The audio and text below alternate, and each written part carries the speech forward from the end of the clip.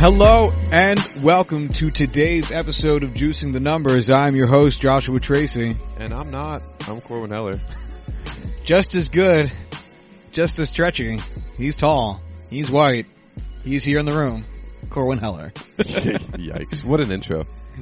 Today we're going to be talking about the recent inductees to the MLB Hall of Fame. These have been known for a while, but we figured, the induction ceremony just actually happened over, I think, Tuesday? Yeah, it was a weird day. Very recent. Yeah. This is, so I guess last Tuesday, since that's yesterday for us as we're recording this on Wednesday the 24th, whereas this was a week ago for everybody else. But regardless, there were how many inductees? I didn't count. 7? 7 inductees. Okay. We had Mariano Rivera, Harold Baines, Edgar Martinez, Roy Halladay, Mike Mussina, Lee Smith, and that was it, just 6. Aha. Yeah, I have a lot of baseball reference tabs open. And you just assumed they were all for this? I definitely did. And one of them was not. So it threw me off. So yeah, 6. So I figured we could look at each of these individual players, talk a little bit about their actual stats, their careers. This is we're not going to go too deep into the stats side of this. This is our Monday episode where we keep things relatively light. And then I actually also have pulled up the 2020 Hall of Fame ballot. Ooh. So we could look at that too. We'll look at the first year editions and talk about some stuff that's surrounding that part of the conversation, as I'm sure, having peeked at it, there will be something to talk about with it. And we will predict whether or not Barry Bonds will get in. We definitely randomly. will. I'm pretty sure it's his birthday today. Sure. Happy birthday. I'm going to look this up while you do that because I don't know why, but I was looking at Barry Bonds this morning. Like naked in the shower? Or? Yes, exactly. Yeah. Oof. Don't get me hot and heated. Are there showers that man can conventionally fit into? If I can fit into a shower, he can fit into the shower. It's true. It's very true. You guys are basically the same build. Exactly, yeah. Me and Barry Bonds. Indistinguishable if you put us next to each other. His pirate years. Yeah. But, still not that close. It's Barry Bonds' birthday. He turned 55 today. Yeah, good for him. Yeah. I don't think he's on... Barry, if you're listening to this, yeah. Happy birthday. Yeah, fair enough. Let's get into it. All right. I just pulled these up in the order that I found them listed in. So the first one is Mariano Rivera. So let's start there. Okay. It's a fitting place to start since Mariano was also the first unanimous vote getter for the MLB Hall of Fame ever. And that's... Which still surprises me. It seems like a ludicrous statement because when you think about some of the players that are in the Hall of Fame, you think about some of the greatest players of all time. You think of Lou Gehrig, Babe Ruth, Sandy Koufax, Willie Mays... Jackie Robinson. Now, I guess, Jackie, you can make a point that there's probably still some people of a racist persuasion who were voting at that point in time when he got in, so they didn't vote for him. But it still seems... Babe Ruth not being a unanimous Hall of Famer. Lou Gehrig, who they made an exception for, which, maybe that's the reason he wasn't unanimous, but it's still just like... There's a small, 2% reasoning there where you could be like, oh, that's why Lou Gehrig wasn't unanimous. But, fucking A, man. Yeah, it's just one of those really surprising things. So I would guess the reason that Mariano is first, the first unanimous one is that he's, I think, the only person with absolute impunity you can say is the best player of all time in his position, with zero quibbles about it.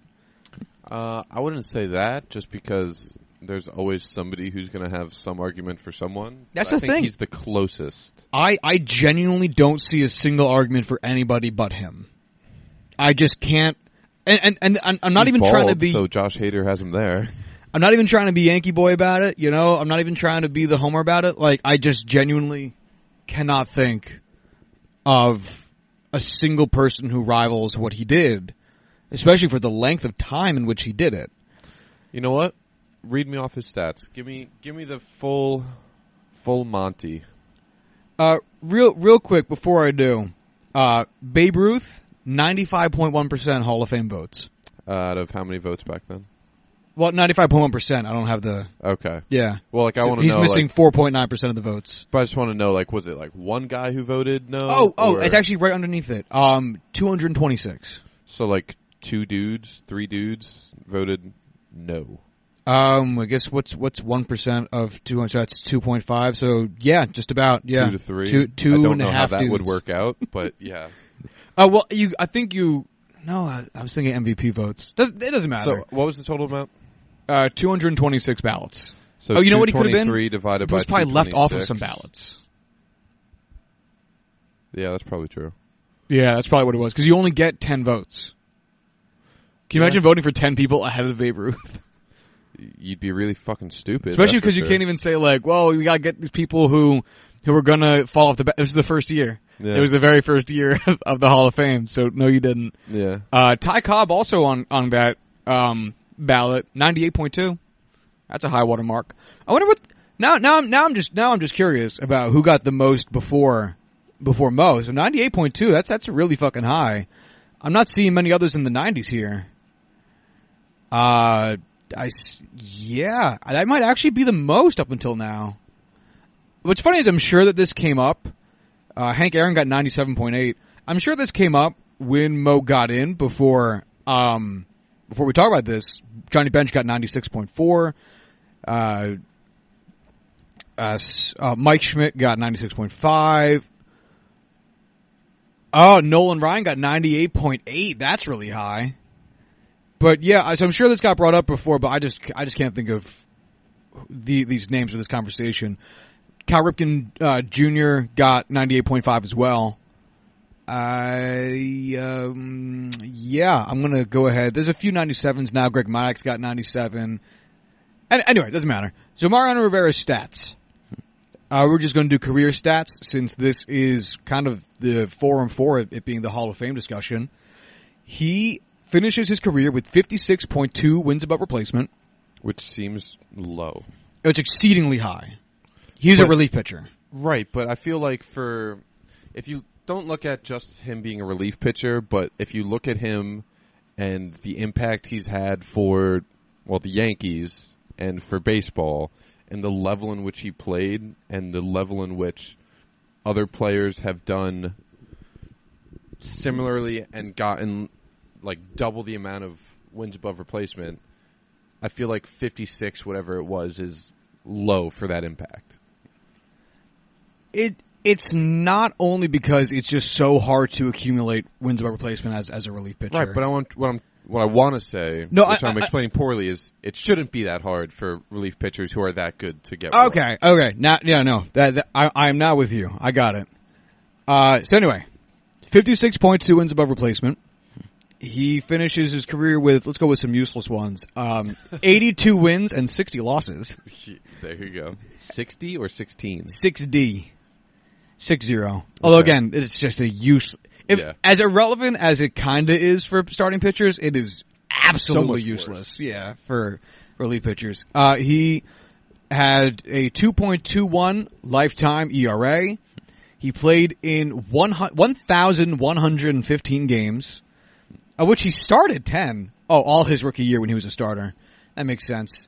He closed out 952 of them, accumulating 652 saves. He pitched 1,283.2 innings. All right, so let me just ask you this. 1,283.2 innings. How many home runs did he allow in his career? I thought you were going to ask how many home runs did he hit, and I was like, I don't Zero. think he hit any. I think he has 1 RBI from when he walked with the bases loaded. How many total innings? 1,283.2. It's going to be a tough guess. Yeah. I know. Like, I'm going to guess something, and it's just going to be so off. I feel like I'm going to guess super low, so I'm going to guess 100. You actually guessed too high. No. 71. In 1,200 innings? 71. And 11 of them came his rookie year. Fuck. Yeah. So if you take out that one season, which is like by far his worst season because he was like trying to be a starter and it wasn't going well. Yeah. Like his 5.51 ERA and his 11 home runs. Like you take that away, in the 18 years that followed, he allowed 60 home runs.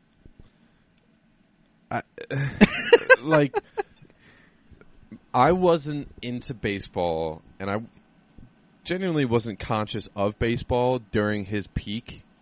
I really only ever caught glimpses of his final season, and I feel like this is the same boat as Albert Pujols, as I mentioned before, where it's like, I just don't value the greatness of Mariano Rivera because I just wasn't there to see it happen. And that's what's crazy to me is that, like, I wasn't there to see a lot of it.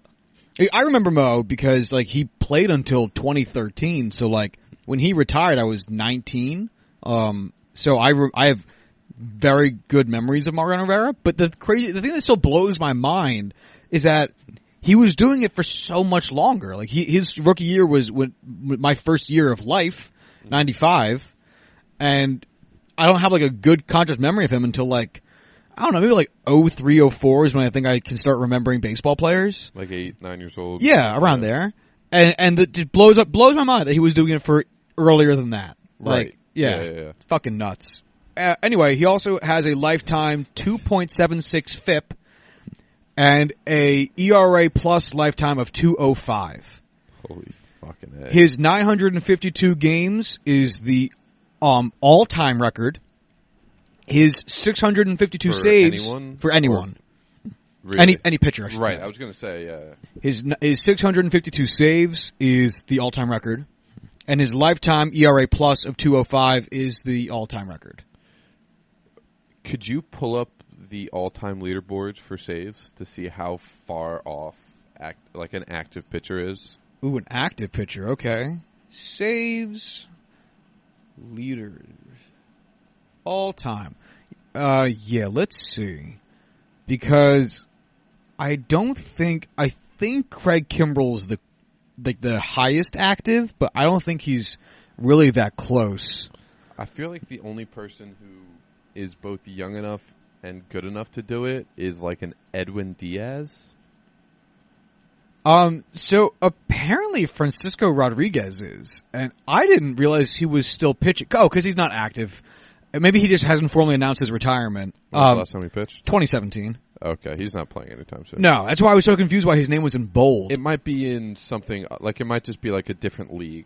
Like he might be playing that's overseas a good point. And stuff like that. So there's a chance he could come back, but he's not. Right, and that's why I think baseball is the only sport where really the official retirement does mean something, because you hear about players coming back all the time because they'll go to Japan or Korea or the DR, like whatever.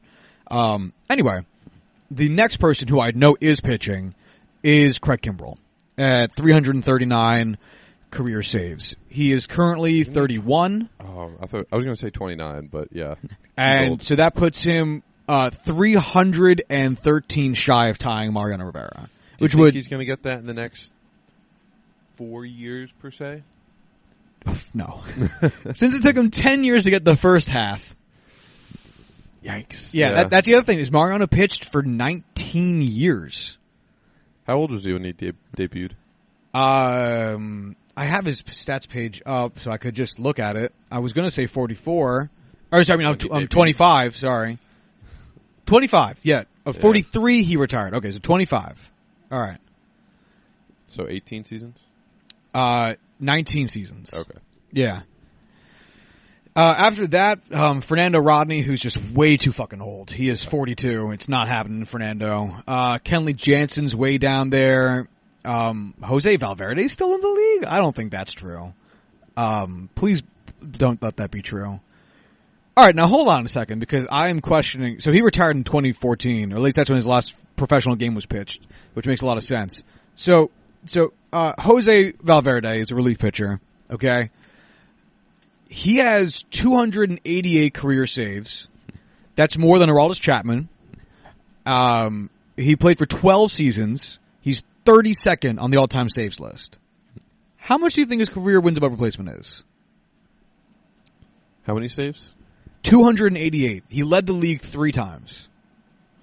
288. I'm going to say it's a quarter of that, so I'll say no, because he's nowhere close to Mariano. I'll say an eighth of that, so I'll say 25.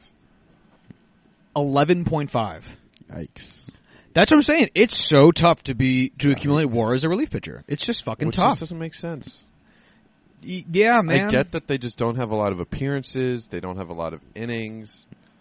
But, I don't know. I get the reasoning. I just don't agree with it. I'm with you. I think it's different if you're a relief pitcher who like does starting work or some or back when a lot of relief pitchers were just failed starting pitchers. Mm-hmm. Like I could get it more in that respect, but the roles are so defined now that it just doesn't really happen. It still does like here and there, but I would rather see like a separate WAR for relief pitchers now, just to make it cleaner. So I think we need to find a starting pit. Like I think we need to go on the WAR list for pitchers and find the guys around Mo, and like if they're starters, which would you rather have, Mariano Rivera or this random starting pitcher with 50-something WAR? Because I feel like every time it's going to be Mo for sure. Granted, that comes to the territory of being a unanimous first ballot Hall of Famer, but yeah, and that's part of an argument to be had. That's part of the reason we've been talking about it for so long, because it's such a unique position for anyone to be in. A relief pitcher being the first unanimous, anyone being a unanimous Hall of Fame inductee. So directly above and below Mariano Rivera is Dave Stieb. I'm not quite sure, and Mordecai Brown. Mordecai Brown, I believe, is the age at which his name would make you think it is. Yeah. Yeah, he was born in 1876. Mordecai. And Dave Stieb, Steve. He looks it. He played from 79 to 98. Perfect. His career ERA is 3.44. His career ERA plus is 1.22. Yeah, he looks like a good pitcher. I wouldn't want him over Mo because it's Mo. Yeah, exactly. I definitely wouldn't want Mordecai Brown for obvious reasons. Because he's dead. Well, also, he pitched 100 and some odd years ago. I would love to see, like, if we took a pitcher from, like, the early 1900s or took even in, like, the 1920s and 30s and just threw him in the MLB today, what the fuck would happen? Like Walter Johnson and those kinds of dudes? Yeah. Or, like, if we took Babe Ruth as a pitcher and just threw him into the MLB today. Oh, he'd be lost. Yeah. He'd be lost. He'd just get shellacked so hard. I feel like every pitch would just be out of the park. All right. So let's just finish up on Mo, because we spent a lot of time on Mo and its tangents. That's fair. Anything else you want to hear about Mo? What's his favorite color? Anything that's on his baseball reference page? Oh, no. Actually, no. How many plate appearances does he have? Okay. Let's find that page. Real quick. His postseason numbers are renowned for being ridiculous. Yes. What do you think his postseason ERA is? 0.6. 0.70. Damn. In his entirety of his postseason career, he has allowed 11 earned runs. Which is batshit crazy. Isn't it only like 2 home runs, too? 2 home runs. Yep. I remember one of them very distinctly because it broke my heart in 2001. Oh, Mo, I loved you, even though that happened. He pitched in 96 games. God, he's just a postseason giant. So, he had 73... No, he's a postseason Yankee. Huh? Fuck out of here. No, sorry, he actually only had 4 plate appearances. In his entire career. And only 3 at-bats. Okay. So, wait, he got walked? Well, that's what I'm saying. His only career RBI, if I recall correctly, was on a bases-loaded walk. To win the game. I think for his, 100th save or some shit. Do you think that pitcher, seriously contemplated, hanging himself that night? There was almost an instance of seppuku there. Yeah. He doesn't have a single hit. He has 1 RBI, 1 walk, 1 strikeout, nothing else. So, Mo, Hall of Famer. Are you asking if I'd put him in Agree? the Hall of Fame? Yeah. Yeah, I think that I would agree with Mariano Rivera. Well, I have to ask because of the next name I'm going to read. Is it Mike Messina? Harold Baines. Okay. This is going to be a discussion because Harold Baines was not voted in the traditional sense. he was voted in via the Veterans Committee. And the Veterans Committee is renowned for being bad at their job. Okay. Can you explain this process to me? So basically what the Veterans Committee was, and this was instituted, I don't remember when, but the goal of it was to give recognition to players who had fallen off the ballot or didn't get a chance to be on the ballot in the first place. And was one of the results of like those baseball players from like the late 1800s, early 1900s who were around in like the baseball zeitgeist to get an opportunity to be on the initial ballot, right? So it was a way for for this committee to go through baseball history, find maybe under-recognized, under-deserving players from past years of the game and give them a new opportunity to get into the Hall of Fame that way. Do you know what their process was? Or, like, who is on the committee? The only name I know for sure is on it is Joe Torre. Okay. Let me look it up. So I feel like this is something that could be so heavily criticized just because they are looking for these guys that are not well known and not really someone that the average fan would know. And that might be the reason why don't want to say vast majority, but a large number of people are outspoken about them being bad at their jobs. Maybe, I don't want to say just because they are stupid, even though most people are, but maybe they're just a lot less informed than guys who are paid professionally for being historians of baseball and doing excessive amounts of research into these players to determine their, not eligibility, but their merit for becoming a Hall of Famer.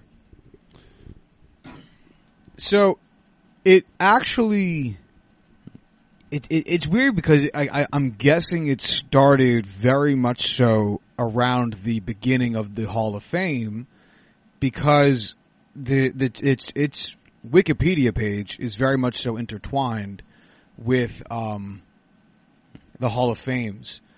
However, some pieces of information taken from it, in July 2016, the Hall of Fame announced a restructuring of the time frames to be considered with a much greater emphasis on modern eras. Today's game, 1988 to present, modern baseball, 1970 to 1987, golden days, 1950 to 1969, early baseball, 1871 to 1949. And a total of 32 candidates from 3 eras in the following categories: managers, umpires, and executives, including and longtime retired players. So I'm getting a lot of information from here, but I'm not finding exactly what the process is. It's been heavily criticized in the past because what ended up happening was that there's a lot of weird players in the Hall of Fame because a lot of people who voted in the Veterans Committee would just pick their friends that they play baseball with. Really? Yeah, so there's like a lot of dudes from like... How well like publicized and documented is that? Very. Really? Very, yeah. So there's a lot of dudes who played baseball in like the early 19-aughts to 20s who have like 6 career WAR who are in the Hall of Fame. Just because their friends who were much better and were voted onto this committee wanted them in it too? Doing them a favor? Yep, exactly. Do you know where I could look into this information further? I'm going to try to find some for you, but I love it when you do work for me so that I don't have to. Oh yeah, Dirk all over me, baby. All of Dallas is cringing right now. Who's Dallas? Dallas Mavericks legend Dirk Nowitzki? No, it was okay. Who is Dallas? Oh, okay. I'm the dumb one. We know this. There's some great names I came up with here, and I'm just so tickled by them, including Epa Rixey, and I'm not even sure who that is, but we're gonna find out. Epa Rixey. What position does Epa Rixey play to you? Oh, Epa Rixey is like a very short, like a 5'7", $135 center fielder who just had crazy range. He's a 6'5", 210 pitcher. So the exact opposite of what I just said. Yeah. Nice. It's funny because I looked up just out of curiosity worst Hall of Famers, expecting I get to, because I know I've come across some of these just perusing through Baseball Reference. But I never had the forethought to save any of them. But the ones I'm finding on these worst players in the Hall of Fame thing, is a lot of borderline guys. So Guys Phil Rizzuto, really? Get out of here. Phil Rizzuto definitely deserves to be in the Hall of Fame. Get out of here with that. Is that a Yankee? Maybe. Why don't you shut up about it? All right. No one asked your opinion. I mean, we have this podcast together. You most definitely asked for my opinion. Let's get to Harold Baines, because now we've gone on a whole nother tangent. You're right. So Harold Baines has 38.7 career wins above replacement. He he had a 22-year-long career. He played in 2,830 games. He had 2,866 hits, so just shy of 3,000. 384 home runs, 34 stolen bases, and 34 caught stealings, which is hilarious. 1,628 RBI, 1,441 strikeouts, a career 289 batting average, 356 on base percentage, 465 slugging percentage, 820 OPS, good for a 121 OPS plus. He has 6-time All-Star, 1-time Silver Slugger. Yeah, that just sounds like Hall of Very Good to me. This is Hall of Fine. Yeah. This is a very good career. I would not put this in the Hall of Fame. I don't think I would either. Granted, I never watched Harold Baines play. Neither would I, but I don't think that should be an excuse. Right. I feel like the numbers should speak for themselves unless there's some aspect of your game where it really... So, I love bringing him up, but Matt Chapman, he has fantastic offensive numbers. Not Hall of Fame offensive numbers yet, but his defensive skill is so fantastic, it almost overshadows his offensive ability. I don't think Harold Baines had that. Harold Baines was a DH. So that's the thing that really chaps my ass about it, to bust out of that old-ass expression. Yes, sir. Is that Edgar Martinez, who we're going to talk about in a second, it was his 10th year on the ballot. And the reason it took so long was because there was this huge debate over whether or not a DH should get on into the Hall of Fame, since he only played half the game, right, quote unquote. And at least a strictly DH, not someone who had to move into it. And that's despite the fact that Edgar Martinez is considered one of the greatest DHs of all time. Right. Harold Baines gets in via the Veterans Committee the same year after Edgar Martinez had to fight 10 years to get into it, in his final year of eligibility, after a huge debate with having significantly better numbers. But Harold Baines gets to get in, being a worse hitter, not a bad hitter, but just a worse hitter, at the same exact position, and we're just supposed to be okay with it because we didn't see his career? Like us younger people? I don't know. This is a fine career. And I don't mean to disparage Harold Baines, and I think I've said that several times in previous episodes, but I don't get it. I just don't get it. I really wish that this Veterans Committee would put out reasoning with it. I feel like that transparency is something that we should at least have as a fan-focused enterprise, which is what MLB is. Edgar Martinez probably should have just gone the easier route and just asked the Veterans Committee to put him in. That seems like the simpler option. I think you have to fall off the ballot first before that happens. Oh. I think you have to be retired for longer. Fair enough. But so Harold Baines essentially went through his full he had this time on the writing. ballot and didn't get in, and then the Veterans Committee was just like, nah, you're good. Pretty much, yeah. Cool. So I don't like the Veterans Committee. A lot of people have been griping about it this year. In the 5 minutes that I've known of their existence, I do not like them. I also think that if Harold Baines gets to get in for being a no defense, all offense guy, Omar Vizquel should get in for being an all defense, no offense kind of guy. Yes. I love Omar Vizquel. What about Andrelton Simmons? Well, his offensive game is increasing, but if he keeps up his defensive game, then he's going to be Omar 2.0. Right, but do you think that would be enough to warrant him at least being on the ballot? Well, I think that's going to come down with what happens to Omar. Fair enough. Okay. Yeah, I think Omar could be a very good example for that going forward. I am not familiar with Omar. Dude, Omar played for like 20 years just because he was an amazing defenseman. What's his full name? Omar Vizquel. Okay. Is he the dude that does the magic glove trick? Magic glove trick? Yeah, like he catches the glove and immediately transition it.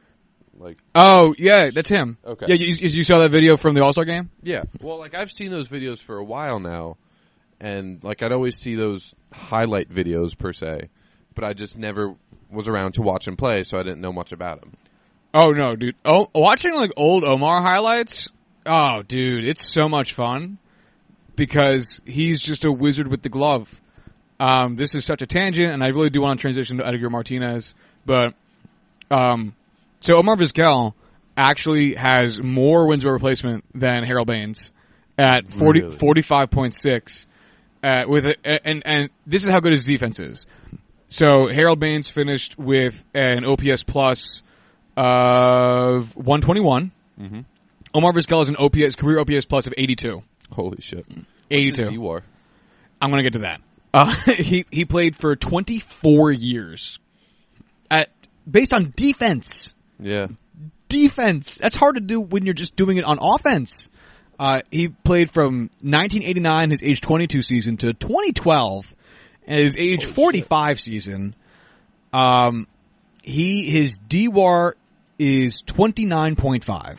Jesus Christ. Yeah. That's hard enough to be positive, let alone 29.5. Yeah. Yeah, he's just super fucking good. He's in his age 40 season, he accumulated 2.3 D-WAR. Holy shit. Yeah, no, Omar is fucking legit. 11 gold gloves. Wow. Dude, I love Omar. I really want him to make the Hall of Fame. I think he should. With those numbers, I looked at that and was like, okay, that should be enough to get you in the Hall of Fame. Because it shouldn't just be offensive numbers that get you in, which is what it usually is. That's what I'm saying. So let's transition over to Edgar Martinez. Edgar Martinez was a lifetime Seattle Mariner. We didn't do our vote. Oh, would you vote for Harold Baines? I would not. Neither would I. Edgar Martinez, Hall of Famer. He had 7 All-Stars, 5 Silver Sluggers, 2 batting titles. Oh, I didn't read out Mariano's accolades because it's fun. Mariano Rivera, 13-time All-Star, 5-time World Series champion, World Series MVP, ALCS MVP, All-Star Game MVP, and 5-time Rolaids Relief Pitcher of the Year. I love that Rolaids still does that. Yeah, go fucking figure. Anyway, Edgar Martinez finishes his career with 68.4 wins above replacement, a lifetime OPS plus of 147. He played for 18 seasons in 2,055 games. He had 2,247 hits, 309 home runs. He stole 49 bases. He had 1,261 RBIs. His lifetime slash line is 312, 418, 515. Good for a 933 OPS. I already read his OPS plus. And his primary position was DH. Now, this is a Hall of Fame DH. This is a Hall of Fame DH. 68 wins above replacement as a DH. Right. His final season of batting, he hit 263, 342, 385 for a 92 OPS plus. So down a little bit in his age 41 season, but his age 40 season, in 2003, he was an All-Star and a Silver Slugger with a 141 OPS plus. 40 years old, All-Star, Silver Slugger, fucking nuts.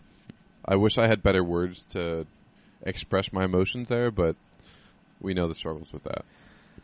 He led the league in games played once. He led the league in runs scored once. He led the league in doubles twice. RBIs once. He led the league in batting average twice. He led the league in on base percentage twice, and OPS once, and thus OPS plus once. So, very good career. Very much a top hitter in all of MLB for a very long time. Yes, for a very long time. Yeah, this is a proud addition to the Hall of Fame for me. I really like Edgar Martinez. What team did he play for? Seattle Mariners, whole way through. Very good. Yeah. Very good. So far we have 2 lifetimers between Mo and Edgar. Harold Baines being the odd man out since he played for a myriad of teams. That's one of the hills that my dad tries to fight on, is more players need to be Single team players. single team players. Well, he can fuck right off with it. Yeah. It's not going to happen. Tried explaining it to him, but, he's stubborn. As all dads are. All right, Roy Halladay. This is a bittersweet one. Yeah. 2-time Cy Young winner, 8-time All-Star, 64.3 career wins above replacement, a 3.38 lifetime ERA. He led the league in wins twice, 22 and 21 in those seasons. He led the league in a bunch of things. I'm not even going to read all of them, but he led the league in games started. He finishes with 67 career games in an era when that's just not done. 67 complete games? 67 complete games. You said career games. Oh, my bad. Complete games. I was going to say, that's probably not a lot of games. 20 of those being absolute shutouts. Damn. He has 2,749.1 innings pitched. He played in 416 games. He has a lifetime ERA of 131. Sorry, ERA plus of 131, a lifetime FIP of 339. And he finishes with 2,117 strikeouts. What do you think?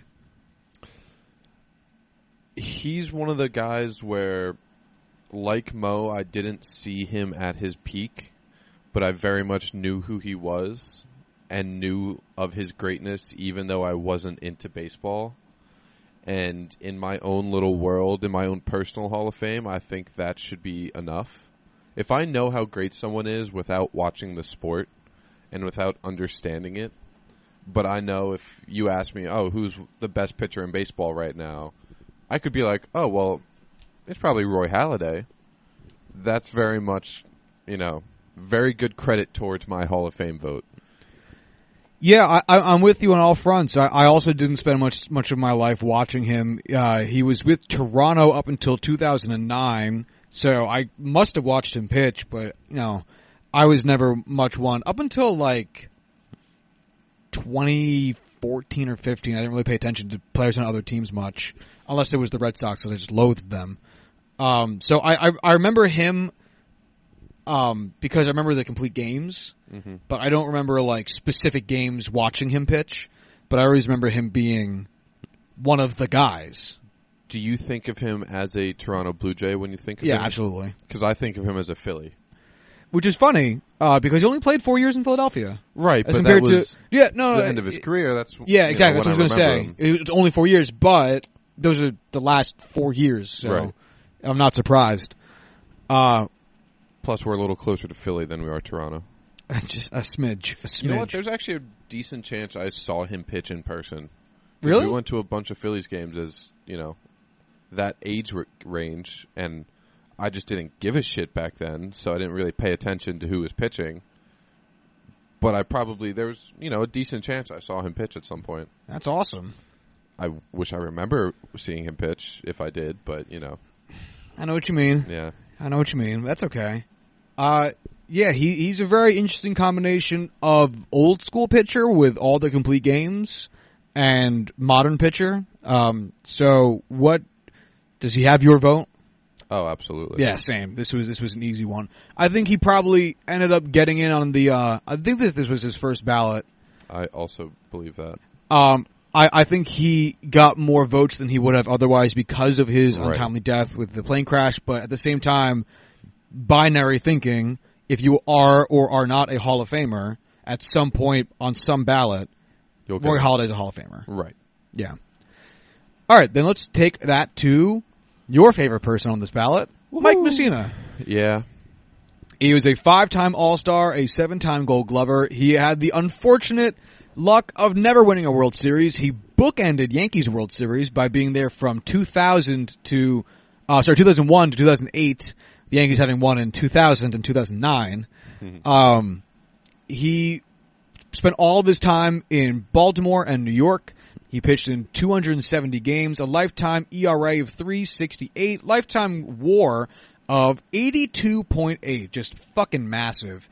He finishes with 2,813 strikeouts, which is a whole bunch, 3,562.2 innings, which is just, God, so many, though only leading the league one time, his final year in Baltimore. He has a 1.23 lifetime ERA plus, and he ended up his career with 57 complete games. Yeah, you know what? Real quick, you know what's interesting here? Yeah. How many 20-win seasons do you think he has? One. Yeah. His very last year. That was a total guess, but... Yeah, just one. I'm looking at it, and there's a whole bunch of, like, high teens, a bunch of 18 and 19, but yeah, one single 20-win season. Which you can't really blame on him. Oh, no, of course not. But that's just so weird since he's such a great pitcher on great teams. Mm-hmm. So, go figure. Yeah, if he would played for, I don't know, Baltimore his entire career, I'd be a little more like, okay, yeah, that happens. But for his entire career with the Yankees, only having, granted, it weren't the Yankees' best years, but still only having one 20-win season. Kind of weird. Yeah. I really don't have too much to say about Moose. I remember him much more than I remember Roy Halladay because he did play on the Yankees. Mm-hmm. And when you're a kid and someone on the team has the nickname Moose, you find that hilarious. Oh, of course. So I have very fond memories of him as a pitcher. So I remember when I was older finding out how great he actually was and being like, oh, wow, that's cool. Because when you're a kid, you don't realize this shit. Right. So he's very much so in my memory, which is nice because it's nice to have memories of the people who make the Hall of Fame. Right. So yeah. He has my vote. I actually will abstain from this because I feel like I am too biased. Like, even before I started watching baseball, I've told this on the podcast many, many times. My dad grew up with Mike Messina in their small hometown. Doesn't have the greatest memories of him after Mike Messina, got his fame, got his recognition, and coming back to that small town wasn't always the nicest person to some of the younger fans, and that stuck with my dad. He wasn't, he never held back about those feelings to me when talking about Mike Messina, when he'd be sitting on the couch watching a Yankees game. So I feel like I'm a little too biased because I've known of Mike Messina long before I knew Mike Messina was a Hall of Fame level pitcher.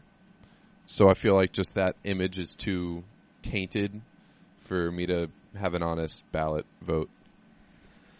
I can respect the abstention. Let's just truck right along here to a name that we both probably don't recognize nearly as much because he retired when I was 3. Lee Smith. I have absolutely no idea who this is. Lee Smith was a pitcher, most notably for the Cubs. That's the hat he's wearing in his Hall of Fame plaque. I guess we should say Mike Messina has no team insignia on his cap because he split his time so evenly between the Orioles and the Yankees. Mm-hmm. Mariano Rivera has a Yankee symbol on his hat since he was a career Yankee. Edgar Martinez has a Mariners symbol on his hat, career Mariner. Harold Baines, despite the fact he played for a million teams, actually does have a team symbol on his cap, Chicago White Sox. Roy Halladay? Roy Halladay also does not. Yeah. So this might be a little bit inside baseball / reality TV-ish, but apparently his wife and the Toronto Blue Jays organization have had some beef, and so she decided to not honor his plaque with their symbol because of it, and instead said that because he loved both teams he played for so much that she would put a blank cap on his head, which I feel is from a third party not involved perspective, it seems kind of shitty. But she's also his wife and would know best. Right. But word around the campfire is she felt slighted by some set of actions that the Blue Jays had towards her at some point in her life. And this was her reconciliation. Yeah, I mean, I feel like at the end of the day, it's not like he still has a bust in the Hall of Fame. I feel like cap logo is one of the least important details for that. Pretty much. Yeah, it might be a bigger deal for her and her family, which, I can't speak to, but it's not something that really matters all in the grand scheme of things. No. So moving back on to Lee Smith. He was a pitcher. He was a relief pitcher. He played for 18 seasons with the Cubs, Red Sox, Cardinals, a half a season with the Yankees, Baltimore, the Angels, the Reds, and the Expos. He pitched from 1980 to 1997. He has a lifetime ERA of 3.03, a lifetime WAR of 28.9, 1,251 strikeouts, 478 career saves in 1,289.1 innings, an ERA plus lifetime of 132, and FIP of 293. 7-time All-Star, 3-time Rolaids Relief Pitcher of the Year.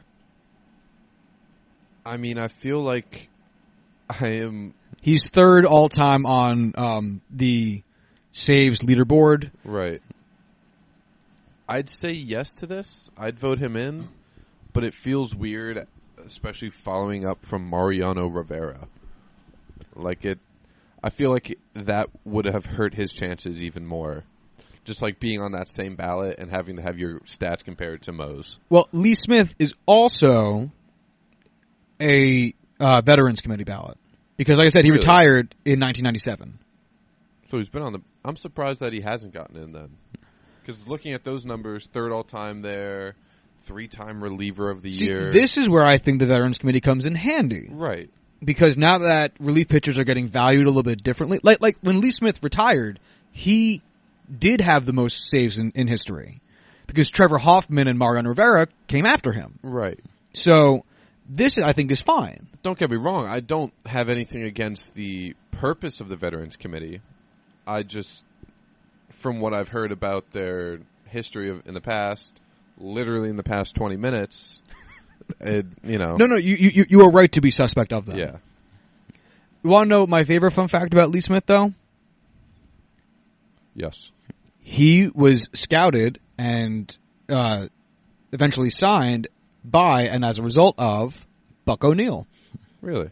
Yes, one of the main proponents of a long-standing member of the Negro Leagues, both as a player and eventually a manager, and he was eventually a huge part of the founding of the Negro League Baseball Museum. And Is Lee Smith black? Yes. Okay. Yeah. So he now I believe that makes him the third player in the Hall of Fame scouted and signed by Buck O'Neil. That's pretty cool. I feel like not many scouts would have that, level of success. Yeah. That's fucking Buck, man. Yeah. Buck O'Neil, who was the first black scout in baseball. Right, I remember first us black talking head about scout. it. Yeah. And not in the Hall of Fame himself. Which is suspect. He said he didn't want it, and the Hall had not put him in it as a respect for that. But at the same time, I want him to have a plaque in the Hall of Fame so bad. But he has many, many different aspects of his life represented in the Negro League Baseball Museum. Has he since passed away? Oh, he's been passed for some time now. Yeah. So I guess in some ways they're respecting his wishes. I guess that would make a lot of sense if he worked for the Negro Leagues. That kind of math just didn't work in my head. Yeah. Anyway. So that's it for this year's inductees into the Baseball Hall of Fame. What's your vote on this? Oh, I would vote yes. Okay. I would vote yes because he very much so, from what I can gather, because I didn't watch him, obviously, but from what I can gather from looking at his stats, is like he was a pretty modern relief pitcher. in a time if you told right me before this was from, he retired in 2017, not 97, I would be like, yeah, all right, those seem very good for this day and age, let alone back then. Yeah, and we've seen other pitchers of this type make the Hall of Fame, like Raleigh Fingers, Catfish Hunter at the tail end of his career, Goose Gossage. Like, these guys are all in the Hall of Fame. Right. So I think this is a very fitting addition. I'd agree. So, shall we jump into next year's Hall of Fame class? Yes. So, the names that are going to be reappearing on the ballot, who were on the ballot in previous years. How many are there? If there's a lot, just give me the... There's 14. I'm just going to go through them really quick. That's fine. I'm just going to read them out. Okay. Curt Schilling, Roger Clemens, Barry Bonds, Larry Walker, Omar Vizquel, Manny Ramirez, Jeff Kent, Scott Rowland, Billy Wagner, Todd Helton, Gary Sheffield, Andy Pettitte, Sammy Sosa, and Andrew Jones. Okay. Any names that are sticking out as you would, as people you would expect to get in this upcoming year? We talked about Omar. I'd like to see him get in. I'd like to see Barry Bonds get in. Mm-hmm. Curt Schilling and Roger Clemens, I think, are both on the edge there. Roger Clemens quite a bit more than Curt Schilling. Really? Yeah, I think so. Why is that? I don't know. Are his 7 Cy Youngs preventing him from being an inner circle? Or is it his over 100 career WAR? What? Roger Clemens is one of the greatest pitchers of all time. Right, that's why I'm saying quite a bit more than Curt Schilling. Oh, they meant quite a bit more on the edge. Oh, no. Oh, my God. I was like, why? I was very confused, like, why you were, quote-unquote, coming at me for that. I was like, I don't know. I like Roger Clemens a lot. I was so confused. Okay, all right. That makes more sense. Yeah, I mean, Roger Clemens and Barry Bonds should... Granted, I they're know the inner circle steroids, Hall of Famers. Yeah, I know it's like steroid is still a bit of a taboo in Hall of Fame voting, but they're two of the best players of all time. Like, yeah, it's really silly, especially since we know everyone was on steroids. You know, fucking everybody. Fuck you, Bud. Bud Selig, man. Fuck Selig.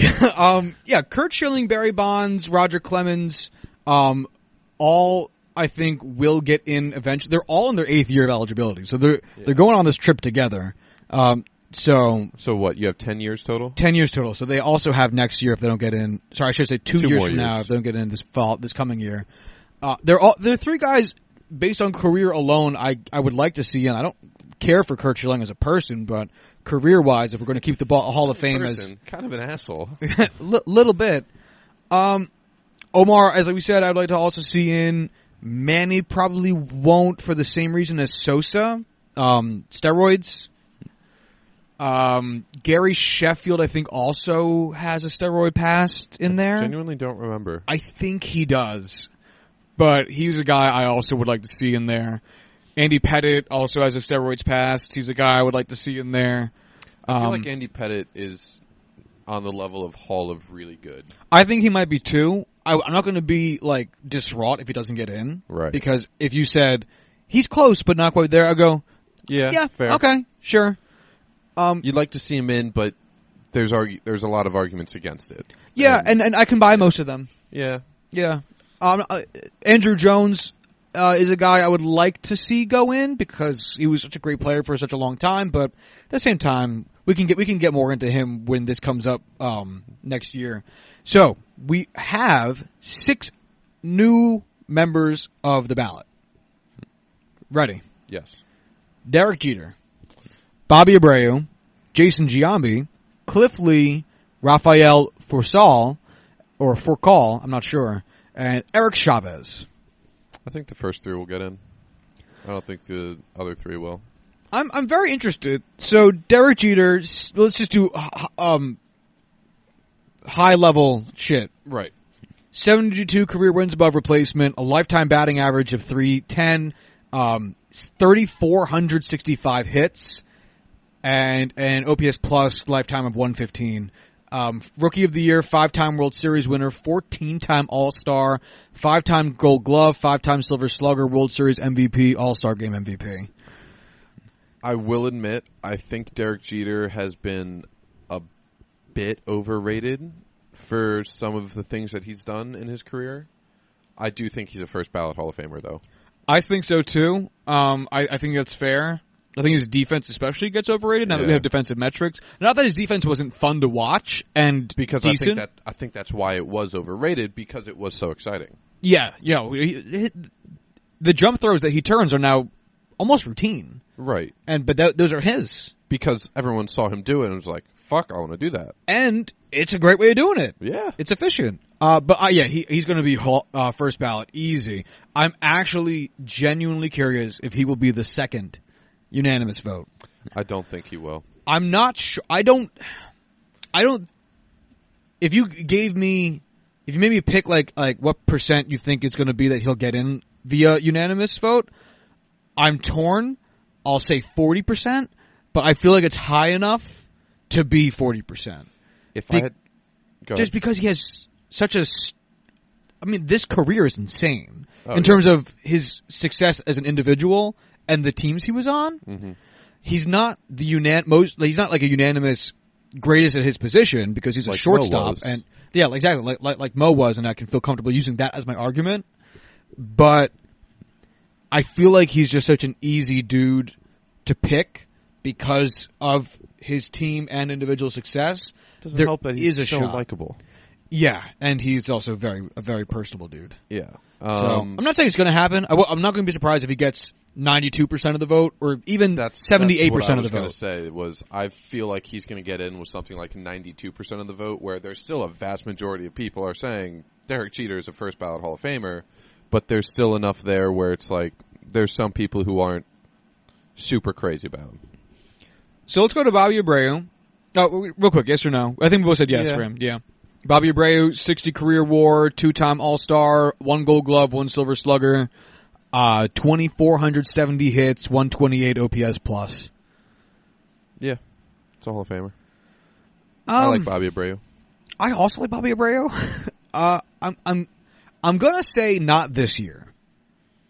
I'm going to say very much so not this year. I think, I could see him being like a 4, 5, 6 year guy. Yeah. I think when I think he'll stay on the ballot for sure. So he'll get the above the minimum mandated 5%. But is it really only 5%? That's tough, and you'll see why in a second. Because you only get 10 votes. No, as we get into some of the other players on this list whose names we did not recognize. Fair enough. Jason Giambi, this is an interesting one. 50.5 career WAR, 2,010 hits, a 139 OPS plus, 1 MVP, 5-time All-Star, 2-time Silver Slugger. Jason Giambi has an MVP award? Yeah, he won it when he was in Oakland. Holy shit, I didn't realize he won it then. His MVP season, he had 664 plate appearances, he got 108 runs, 170 hits, he had 43 home runs, a triple, 137 walks, which led the league, a 333 batting average, which shockingly didn't lead the league, a 476 on-base percentage, which led baseball, a 187 OPS plus, which led his league.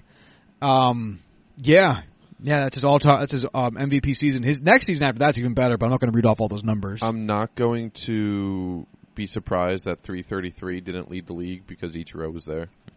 It's a really good point. Yeah, it's a really good point. So what do you think of this? So now this is interesting because he is also a DH. So he's not as good of a DH as Edgar Martinez was, going by some of the more conventional numbers. But he wasn't a DH his entire career. He was mostly a DH for most. He played some first base in Oakland. He did. He did, and he played first base in New York too.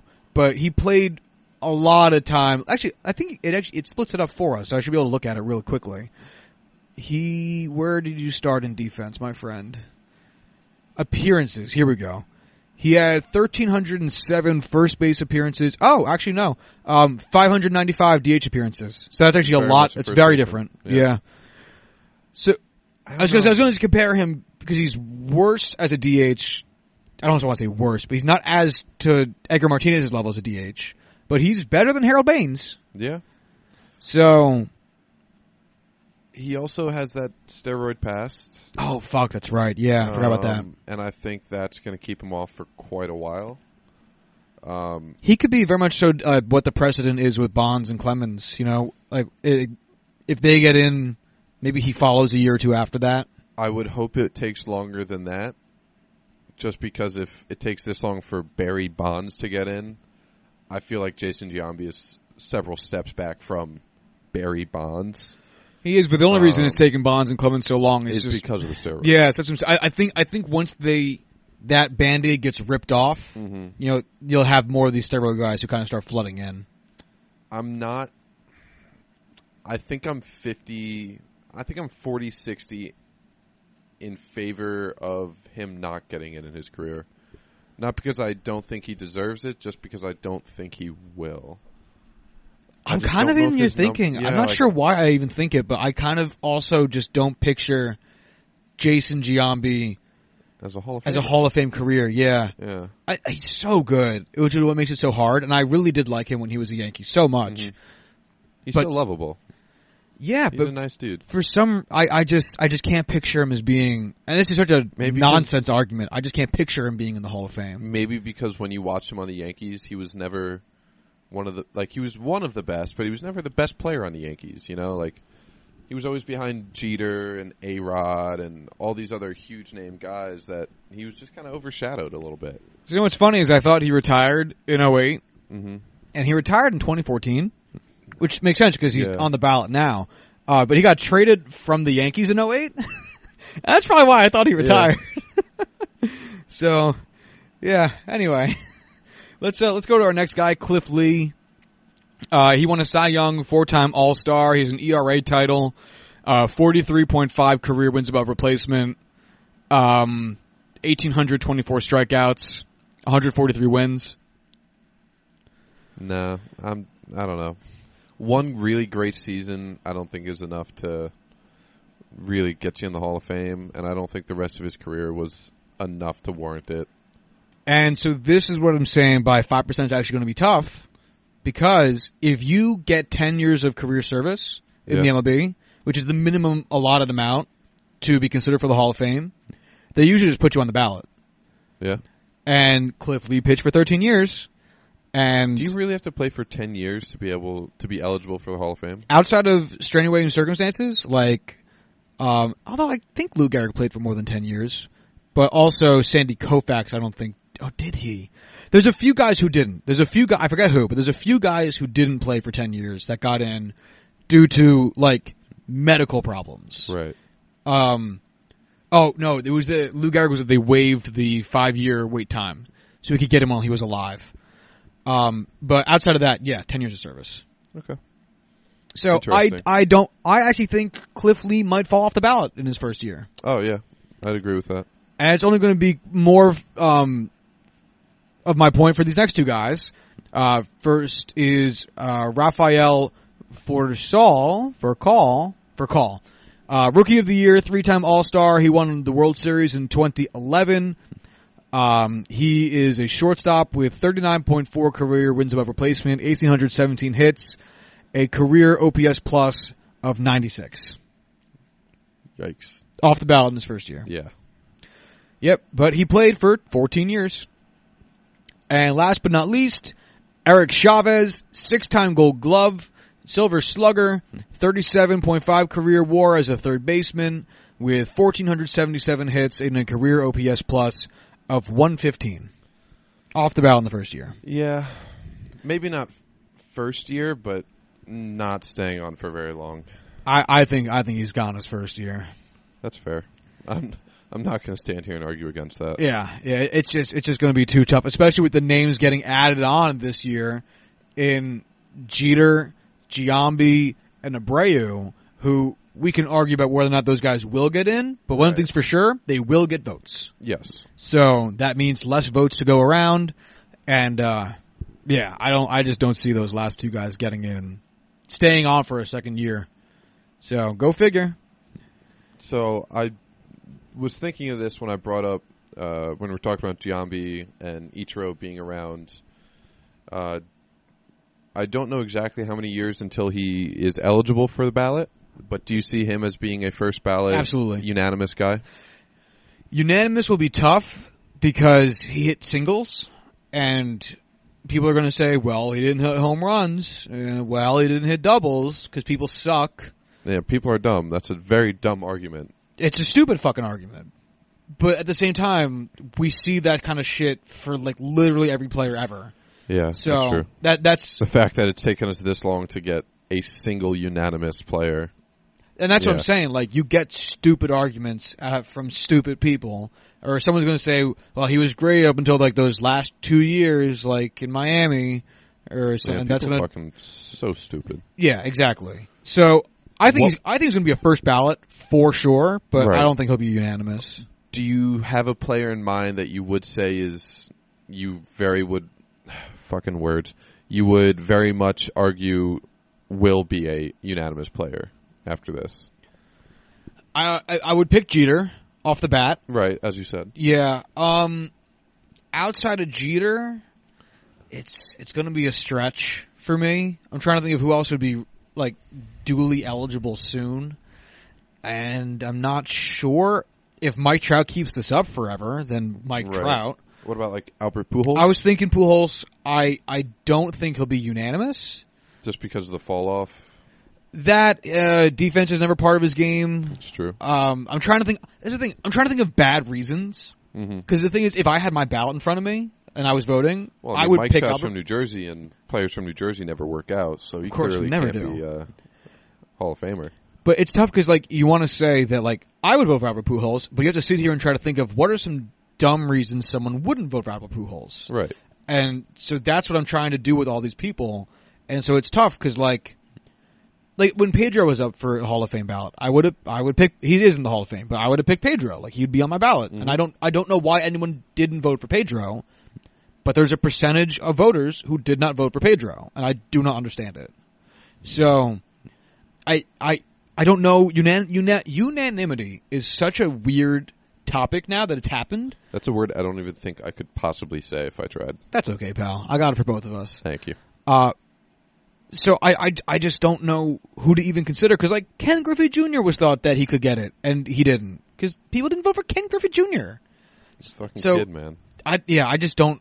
Do you have anyone in mind? Mine was Albert Pujols. I figured he's a great choice.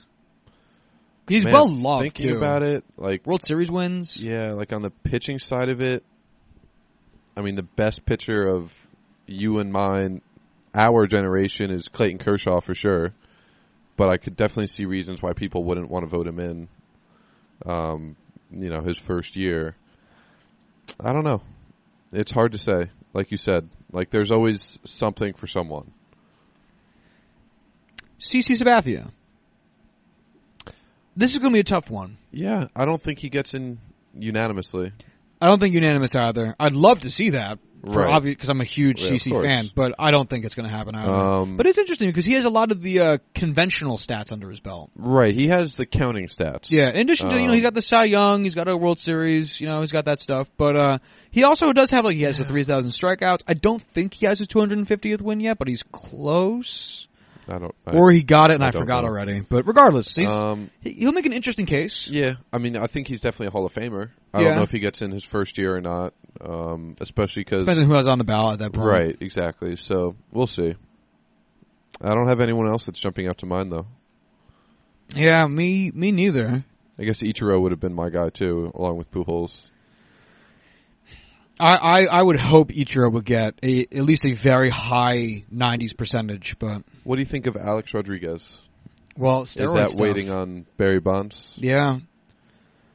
Now, granted, by the time he's eligible, the Bonds and Clemens decision will have been made. Right. Because he won't be eligible until they've fallen off the ballot or gotten in. Right. But we'll see. He certainly had the career for it. Yeah, I don't know, man. It's tricky stuff. I feel like the one big difference for this and like the Football Hall of Fame, which I'm obviously a little more familiar with, is they don't have that strenuous. They don't have like that playing time limit. So you'll have guys like Gale Sayers is the big one for this. Only played for like 4 or 5 years, and he's in the Hall of Fame just because those 4 or 5 years were he was the best running back in football for that. Right. So it's weird thinking about where in baseball you have to have minimum 10 years. Right, and you have to have the longevity of a career, not just have a really high peak. And that's why whenever we bring up certain players and you ask if they're in the Hall of Fame and I say they don't have this counting stat, and that's just because when the minimum requirement's 10 years, the counting stats actually mean something. Right. Which is, I understand, crazy and stupid to mention a player's wins, or a player's hits total, but because 10 years is a minimum requirement, you end up skewing the average of those counting stats in favor of them being high, and makes it something that needs to be looked at. So it's a very different animal. So Gale Sayers, just going completely off tangent and going to a different sport, had 5 seasons playing more than 2 games. He is a 4-time Pro Bowler, a 5-time first-team All-Pro, led the league in rushes and rushing yards twice, yards per attempt once, yards per game 3 times. Let's see, his full career, 68 games, 991 rushes for 5,000 yards and 39 touchdowns. And he was basically Barry Sanders before Barry Sanders. So very, very good. Very, very good. I never heard of him until it was brought up that Gale Sayers was a Hall of Famer who only had 5 good seasons and really only played 5 seasons. And then I watched a 15-minute highlight tape of his, and I was absolutely blown away. So I know this is a baseball podcast today, but you should go watch Gale Sayers. Real quick, because I'm just looking up Hall of Famers now. You ever heard of Candy Cummings? Nope, but it's a fucking hilarious name. It's a great name. Hall of Fame name, by the way. Hall of Famer. Wow. He pitched from 1872 to 1877. 6 years. He's in the Hall of Fame. That's ridiculous. Now, there's a reason. I'll get to that in a second. Because I've noticed that he's the all-time leader in walks per 9. Seriously? 0.5. Holy fuck. I also believe that this is the point in time when a walk required 9 out of the zone pitches. Wait, seriously? Yeah. That used to be a thing? Yeah. Are you fucking me? No, I'm not fucking you. When the fuck was that a rule? Oh, dude, early baseball rules are it's an unrecognizable game. What the fuck? Can we do an episode on this? Yeah, we can try. Yes. All right, I'm pumped. The reason he's in the Hall of Fame, invented the curveball. Okay, that's something you should get in the Hall of Fame for. You invented one of the most popular pitches. My favorite pitch. I'd put him on the first ballot Hall of Fame for sure, just because of that. God, imagine going up there in 18 Dickety 3, only ever seeing 60-mile-an-hour fastballs, and some guy throws a ball that looks like it's going to take your head off and then lands at your feet. Yeah. I'd have a heart attack. Yeah. No, I don't know. Honestly, I'm surprised they didn't ban him from the game because of it. It'd be like seeing a plane. Yeah. Yeah. I can't fathom it. A quarterback in football throwing what their version of a curveball would be. Where you throw a ball and it curves around a defender. How many... it's not even a good question to ask. How many innings pitched do you think he had in 1872? I don't know. 497. Holy shit. In 1 year? Yeah. Wow. He pitched enough innings for someone's entire career. He pitched enough innings for if any starting pitcher pitched that in 2 seasons, those are 2 seasons in which they are likely to have led the majors. Anyway, I'm just going to read you off some of his stats. This is just hilarious, and then we will end the episode, I promise, because it's been a long one. So his rookie year, 23, 1872. He pitched for the New York Mutuals. Good. 33 wins, 20 losses, a 3.01 ERA. He pitched in 55 games, finished them all. Started them all. I was going to say, holy shit. 53 of them were complete games, so only didn't finish 2 games. 3 of those were shutouts. He led the league. He led all of the majors with 497 innings pitched. He led up 604 hits. Also led the majors. He led up 347 runs, only 166 of which were earned. What? Yeah. I mean, I guess they were playing with, like, cardboard gloves back then, so. He led up 2 home runs in almost 500 innings. What? Because there's no home runs back then. No one hit home runs. They played in open fields. Those are probably those are probably like inside the Parkers. He only had 31 walks, only had 45 strikeouts. There was a year, hold on, in 1875, he had 416 innings pitched, and he led all of the majors with 82 strikeouts. What the fuck? Nuts. He faced 2,251 batters. Forget taking a pitcher from back then and putting them in today's game. Imagine putting, like, a Mariano Rivera back in this time. Yeah, I don't even know. I don't even want to know. Let's end the show. Okay. If you want to follow us on Instagram again, that's the 3rd time. In a row, too. If you want to follow us on Twitter, you can do so at JuicingPod. If you want to follow us on, if you want to hit us up on Gmail, you can do so at juicingthenumbers@gmail.com. If you want to find our website for show notes for this episode and all previous episodes, you can do so at juicingthenumbers.wixsite.com/website. And until Thursday, y'all have a good one. Bye.